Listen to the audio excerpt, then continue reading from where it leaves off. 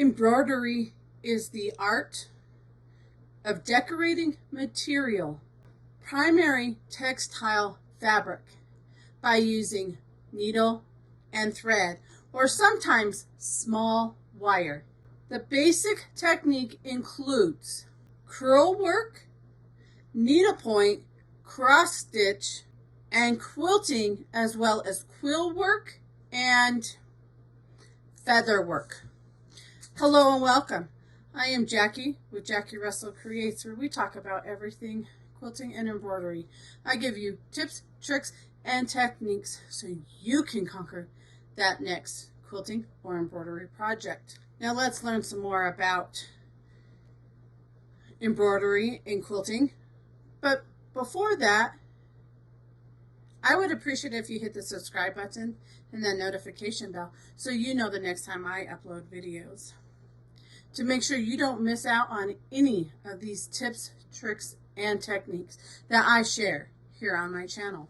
Ancient Egyptian tomb paintings show that cloth, couch covers, hangings, and tents were so decorative. Quilting was known to the ancient Persian, and at the time of the Battle of Marathon, which was 490 BC. Quilted garments were worn as armor. Greek vase paintings showed these quilted suits covered with embroidery. Embroidery is a craft of decorating fabric and other materials using a needle to apply thread or yarn. The word embroidery comes from the French word broderie, meaning embellishment. It varies in forms. Embroidery has existed since the production of fabric. While embroidery is practiced across the world, its origin stems from China and the Near East. Early embroidery can actually be traced back to the Cro-Magnon days, or 30,000 BC. Archaeology finds from this time period reveals fossilized remains of heavily hand-stitched and decorative clothing. Other early examples of embroidery are found in China, dating to the Warring State period between the 5th and the 3rd century BC. In Sweden, the earliest finds of embroidery are from the period known as the Viking Age, around the 9th and 10th centuries. Around the year 1000, the practice of embroidery began to rise in Europe with the growth of the Christian church and royalty gaining power. Richly decorative garments and ornaments in the form of wall hangings and tablecloths were commissioned to display power and wealth. Pretty much some of the stuff that we're, do with our quilting back in the day.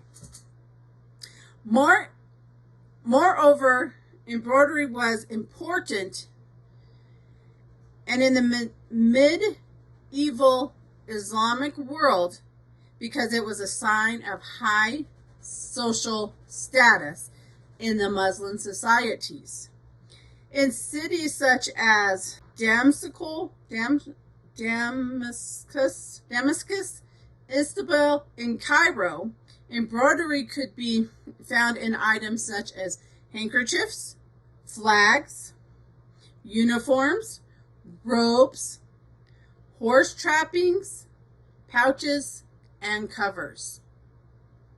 Later, in the 18th century, England and its colonies, embroidery was a skill making of girls' passing into the womanhood, as well as conveying rank and social standings. Soon after, however, the development of the embroidery machine and mass production came about in the stages during the Industrial Revolution. The earliest machine embroidery found in France in the mid-1800s utilized a combination of machine looms and hand embroidery. Now, for me personally, I prefer hand embroidery. That's what I was taught. That's what I grew up on. And you think about it, back in the day when they made quilts, they didn't have the long arm to do all their quilting. They did it by hand, which is considered embroidery. All those detailed motifs and stuff that they had on there is hand embroidery quilting. So as you can see, embroidery, hand embroidery, kind of goes hand in hand with quilting. So I hope you got something from this video and excited as much as I am for this next series of Embroidery 101 or Beginner's Embroidery to take place over the next couple of weeks. Until then, happy quilting and embroidery. I'll see you next time.